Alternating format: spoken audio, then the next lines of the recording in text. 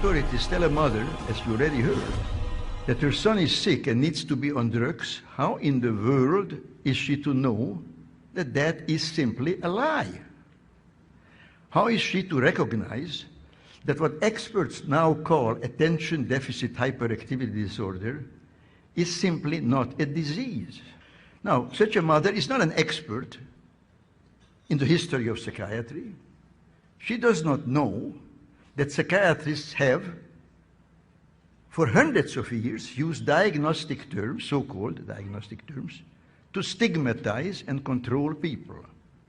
I will only give you a few dramatic examples.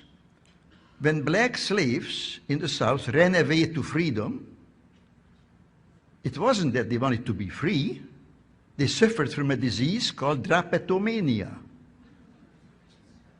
From drapetes, runaway slave, and mania. I'm not making this up. This was a legitimate diagnosis, just like attention deficit disorder is. Women, half the population of mankind, of course, if they were foolish enough to rebel against domination by men, well, then they had a serious disease called hysteria, which was due to their wandering womb. Now, none of those behaviors was ever a disease, and of course it's not a disease. But nor is attention deficit disorder a disease. No behavior or misbehavior is a disease or can be a disease. That's not what diseases are. So it doesn't matter how a child behaves. There is nothing to examine.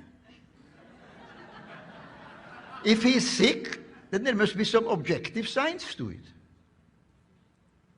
which can be diagnosed by physicians and objective tests.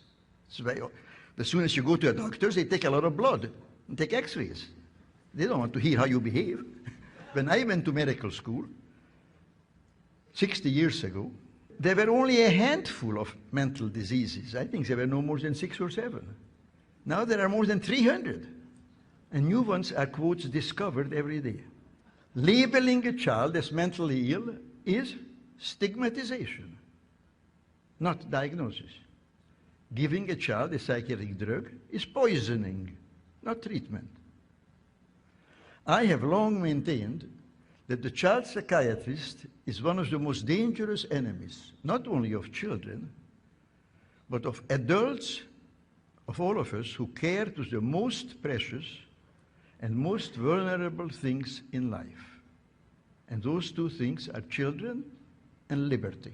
Now I ask again, how can parents protect their children from the therapeutic state, that is, from the alliance of government and psychiatry? Basically, I think in the final analysis, they can only do so by disabusing themselves, getting rid of the idea that what ails an unhappy and misbehaving child, and there are, of course, many such children, in fact, all children at some time, that such a child is having a mental illness and the so-called treatment can help him. This is simply not so. Diseases are malfunctions of the human body, of the heart, the liver, the kidney, the brain, and so forth. Typhoid fever is a disease. You all know that? You don't question that. Spring fever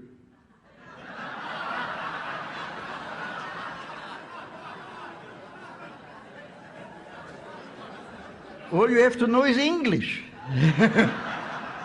Spring fever is not a disease.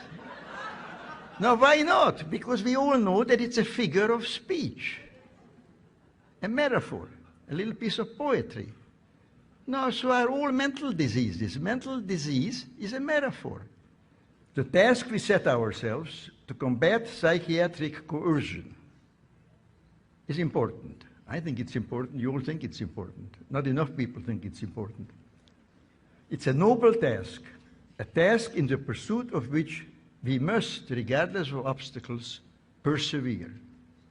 Our conscience commands that we do no less.